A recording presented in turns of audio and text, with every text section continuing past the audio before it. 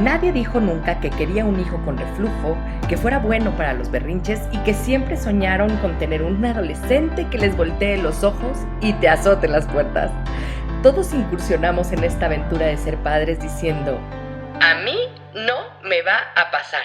Y lo cierto es que a todos nos sobrepasa en algún momento. No nacemos sabiendo ser padres, pero hay técnicas que te enseñan a resolver muchas dudas y son mucho más eficientes que los consejos de la suegra.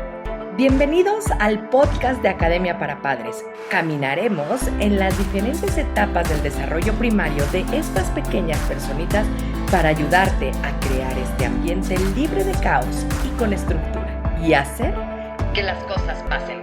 ¿Estás listo? ¡Comenzamos! Es una locura darte cuenta que ningún ser vivo puede verse a sí mismo, ¿verdad? Efectivamente, nadie podemos sacarnos los ojos y podernos ver fuera de nosotros. Y es que no estoy diciendo incoherencias, solo puedes ver tu reflejo y te percibes por dentro. Además, la manera en la que lo haces tiene otra variante, tu propia experiencia. Se hace lo que se puede con lo que se tiene, o mejor dicho, con lo que te alcanza o lo que sabes que tienes. Y es que, como decía mi madre, nada es verdad ni es mentira, todo depende del cristal con que se mira. Sí, es cierto, ¿a poco no? Cada quien tiene sus propias creencias. Y es muy importante entender esta parte, las creencias, qué tanto afectan en nuestra vida, en nuestra toma de decisiones. Y es que les voy a contar una historia. Érase una vez una tal Emily que nació el siglo pasado. Sí, soy del siglo pasado. Pero no soy la única que nació el siglo pasado. Mi abuela también nació a principios del siglo pasado. Ella tuvo varias hermanas, tuvo sus hermanos, pero lo que quisiera resaltar de la historia es que ella fue intercambiada por un favor.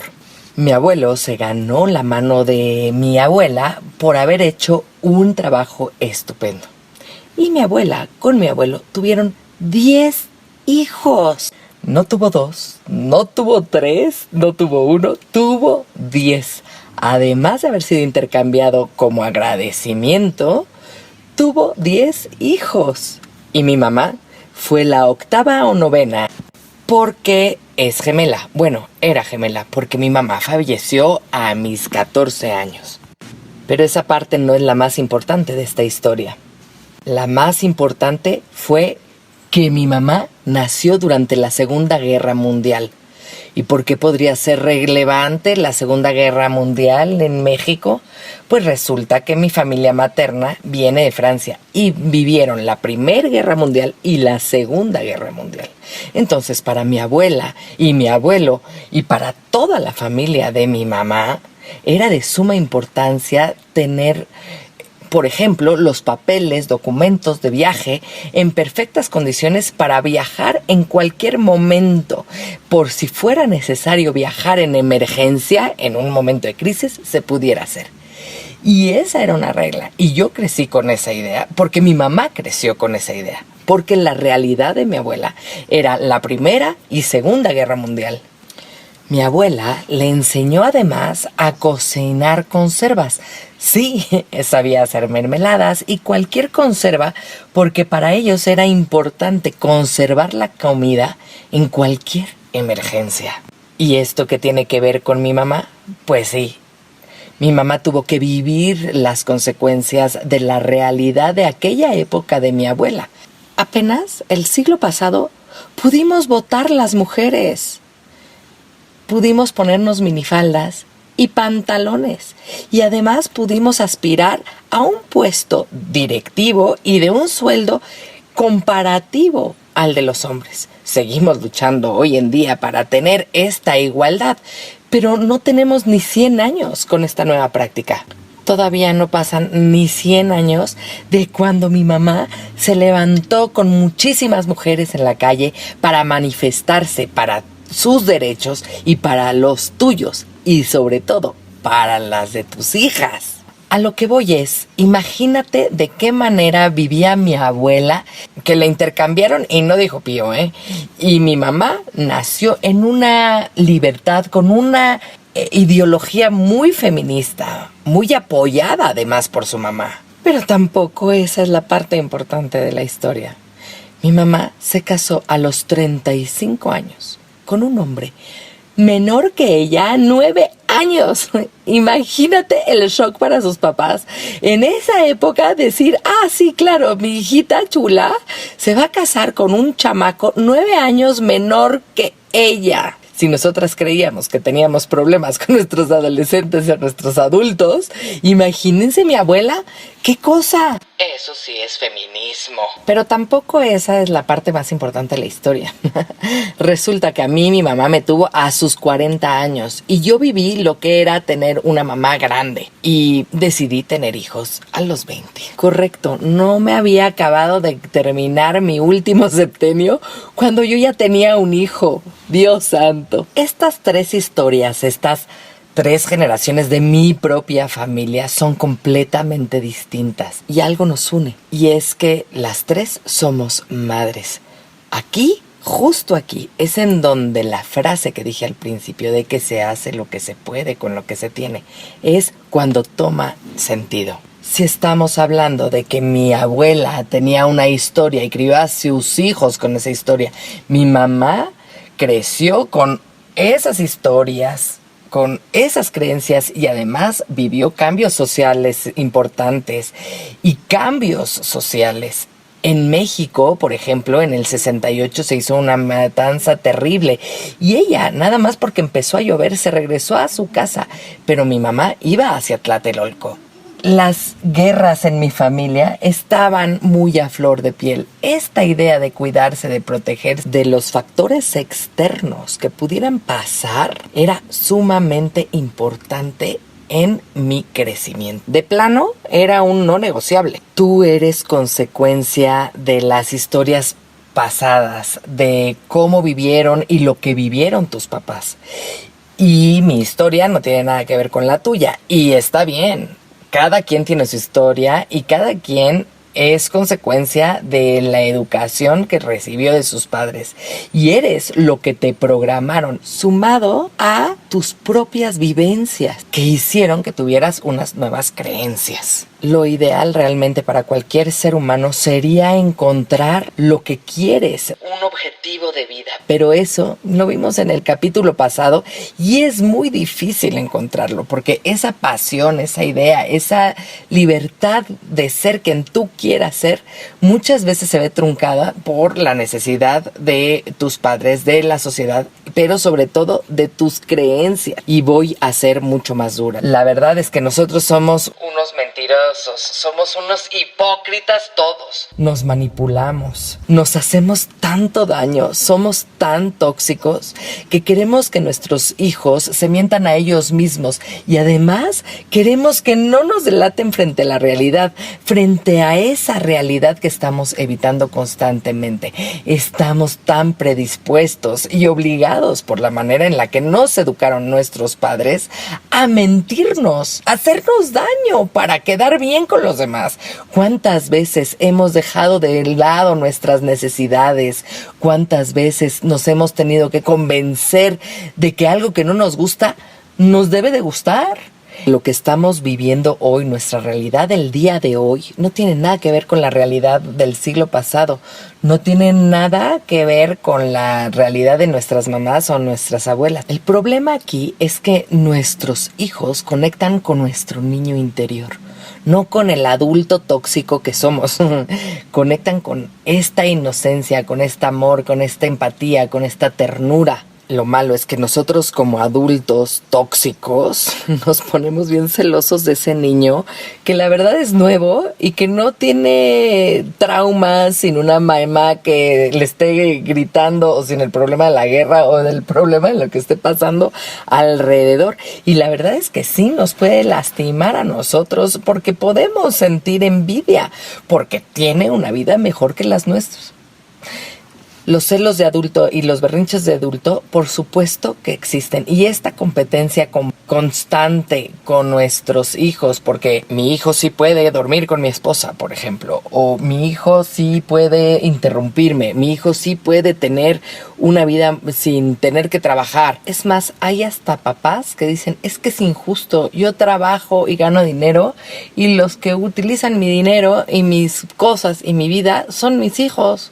Y a mí no me queda nada. Y cada rato nos estamos comparando a ellos como si fueran manda. Pues ellos qué culpa tienen. Ellos son nuevos, acaban de nacer. Este coraje que nos da personalmente con este niño que acaba de nacer, que es con el que quieres tener una nueva relación, que quieres que tenga una nueva vida, que quieres que sea mejor su infancia que la tuya. Y tú le estás diciendo constantemente, ¿por qué tú sí y yo no? Eso es muy incoherente, por eso es muy importante. Es esta coherencia y tener esta meta. Eso es la meta de la que siempre hablo. Es importante saber qué es lo que quieres, para qué lo quieres, qué es lo que buscas en la educación de tus hijos. Si tú tienes claro que quieres que tus hijos tengan una infancia mejor que la tuya, tienes que apuntar los ABC que tú no quieres para que cuando los vivas puedas decir, esto se va, esto yo no lo permito para mis hijos, voy a romper con estas creencias limitantes, voy a modificar lo que a mí no me funcionó para que a mis hijos sí les funcione. De esta manera consciente, evitas este tipo de situaciones. ¿De qué se tratan las creencias? ¿Cómo se los puedo explicar? Ya sé, la excepción pone a prueba la regla. No, ¿cómo era? La excepción hace la regla, ¿verdad? Pues qué falta de coherencia con esa frase. Aquí lo que estamos diciendo es que si tenemos una excepción, confirma la regla que estás diciendo. Y la verdad es que está mal traducida del latín. La frase correcta, la traducción correcta es: la excepción pone a prueba la regla. Pongamos un ejemplo claro y práctico. Si la regla dice que si tomas un vidrio con unos chupones especiales, no habrá manera de que se rompa el vidrio. ¿Y qué pasa si uno de los chupones está roto? Pues entonces no tiene buena adherencia y se rompe el vidrio. Con esta regla diría que en el momento en el que se rompe el vidrio, entonces confirmas la regla. Si se rompe el vidrio, quiere decir que los chupones funcionan. Y no es así.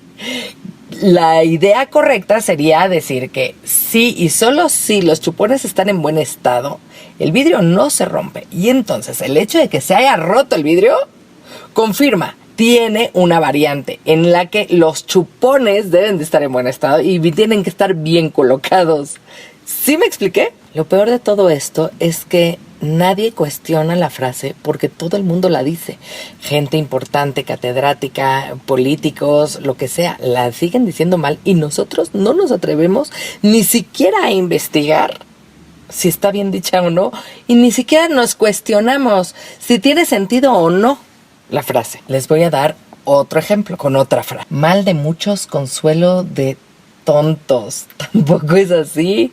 Es mal de mucho, consuelo de todos. Quiere decir que en un grupo de personas, todos los que nos equivocamos pensando que una frase era correcta, nos consolamos sabiendo que no somos los únicos en haber mal comprendido una frase durante toda nuestra vida. Pero no quiere decir que seamos tontos. Estos ejemplos lo único que hacen es ponernos en evidencia.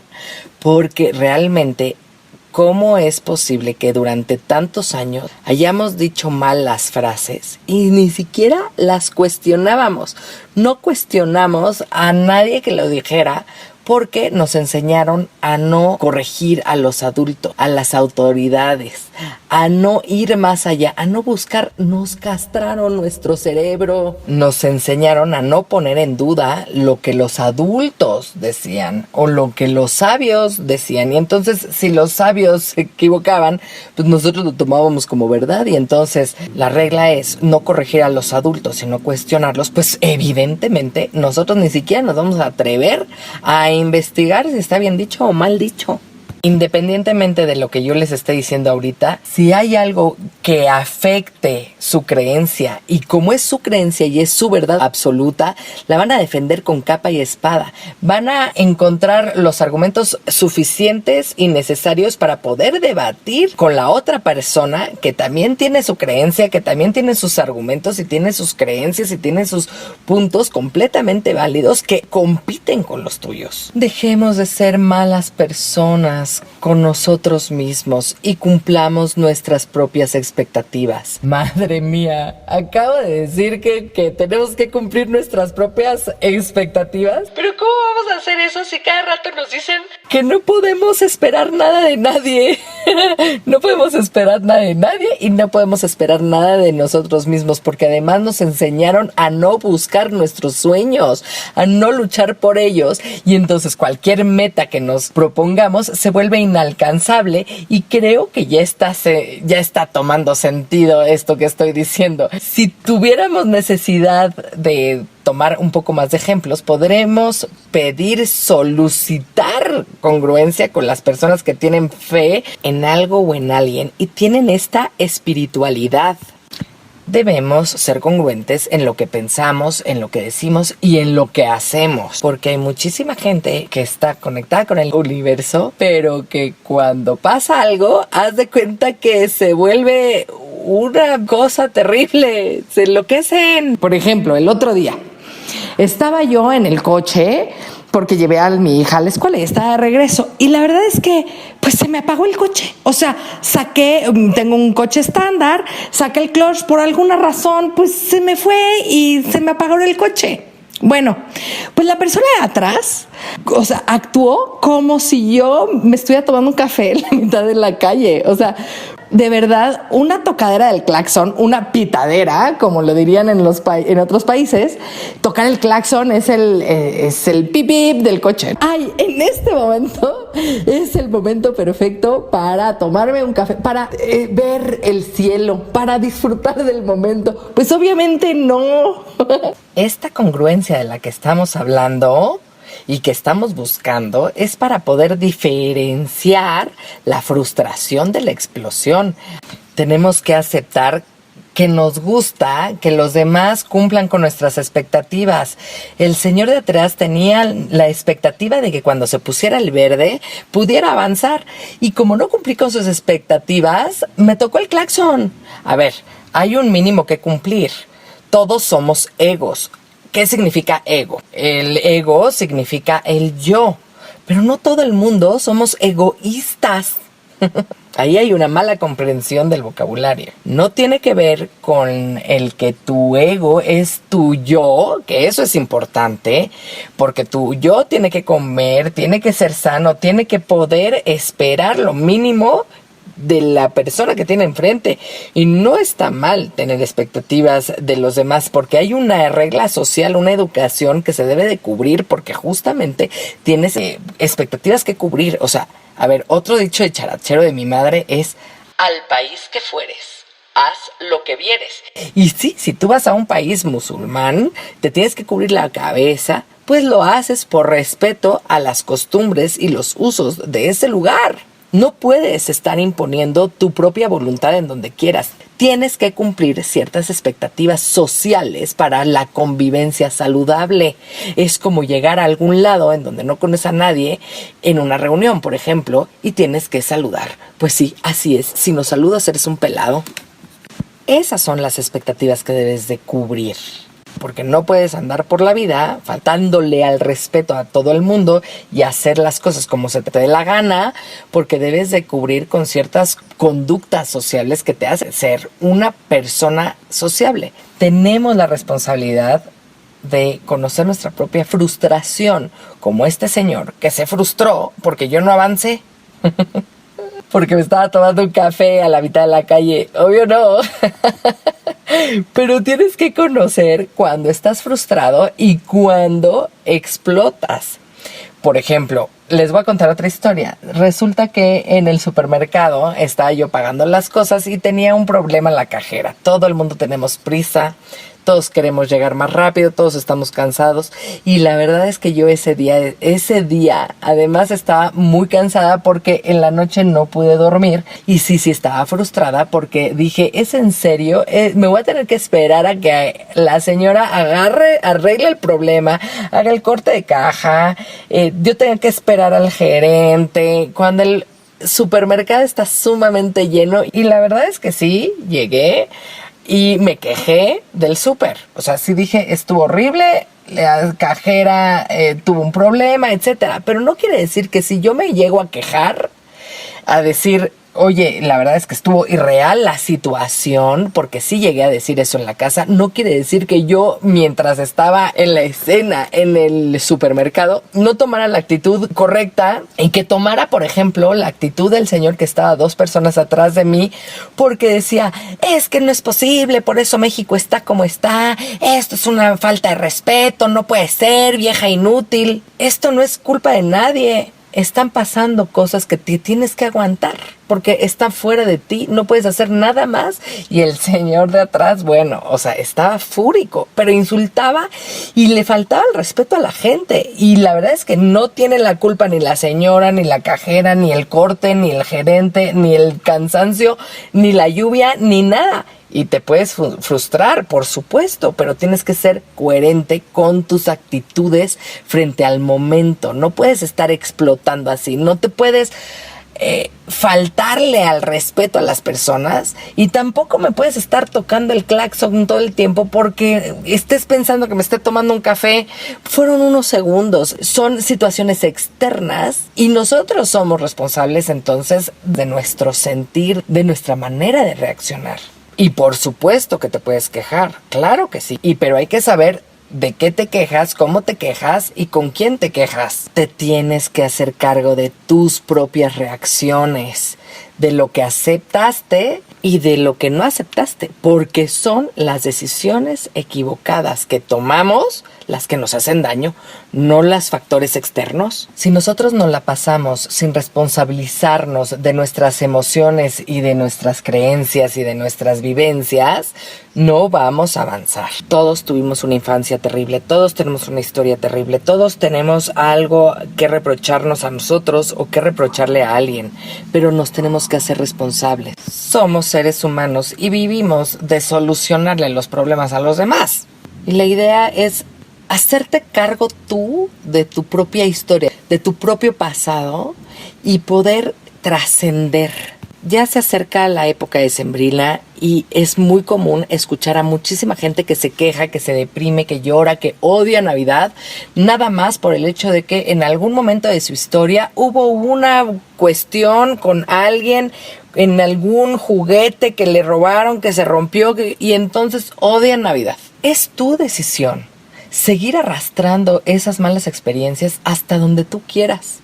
Tú puedes ponerle fin y hay muchísimas técnicas, hay muchísimas terapias que te pueden ayudar a romper con este sufrir, pero por favor, pare de sufrir. Por eso es importante que te hagas cargo de ti, de tu alma, de tu ser, de tu ego. Ser responsable de ti y cuidarte como si fueras un niño de 3 años. Tu propio niño interior necesita de esos cuidados, de esa comprensión. Debemos recordar que todos podemos manejar nuestras frustraciones, podemos manejar nuestras explosiones. Es importante entender que nuestra libertad propia termina cuando estás afectando la libertad de alguien más. Todo el mundo tenemos la libertad de expresarnos, la libertad de vivir, la libertad de estar, pero podemos respetar al otro. Si se trata de poder ayudar y de respetar el ambiente en el que la familia está conviviendo, pues se trata de eso. Todos comparten un mismo espacio, está bien, no hay más espacio, está bien, todos podemos respetar, claro que todos podemos respetar. Empezando a respetarnos por nosotros mismos, dejar de ser estas personas tiranas con nuestro niño interior, tiranas, mentirosas, cizañosas con nuestras propias creencias, con nuestra propia vida para seguir lastimándonos constantemente. La verdad es que ya estás grande y puedes hacerte cargo de tus traumas, de tus dolores, de tus errores, perdonar, ser perdonado. Y si no eres perdonado, no importa, porque la persona que no te ha perdonado, pues se quedó ahí. Pero entender que tus errores son tus errores y te puedes hacer cargo de ti mismo. Cuando te tomas a cargo a ti, cuando cambias tú, todo cambia. Y sí, lo que te choca, te checa. Muchas gracias por comenzar con tu camino al cambio. No dejes de compartir este canal para ayudar a los demás en su educación parental y su sanación propia. Me puedes encontrar en Facebook, Instagram y YouTube como emilyc.daumas y Academia para Padres. Únete a la comunidad para estar más cerca y poder complementar tu camino al orden y la estructura. ¡Hasta la próxima!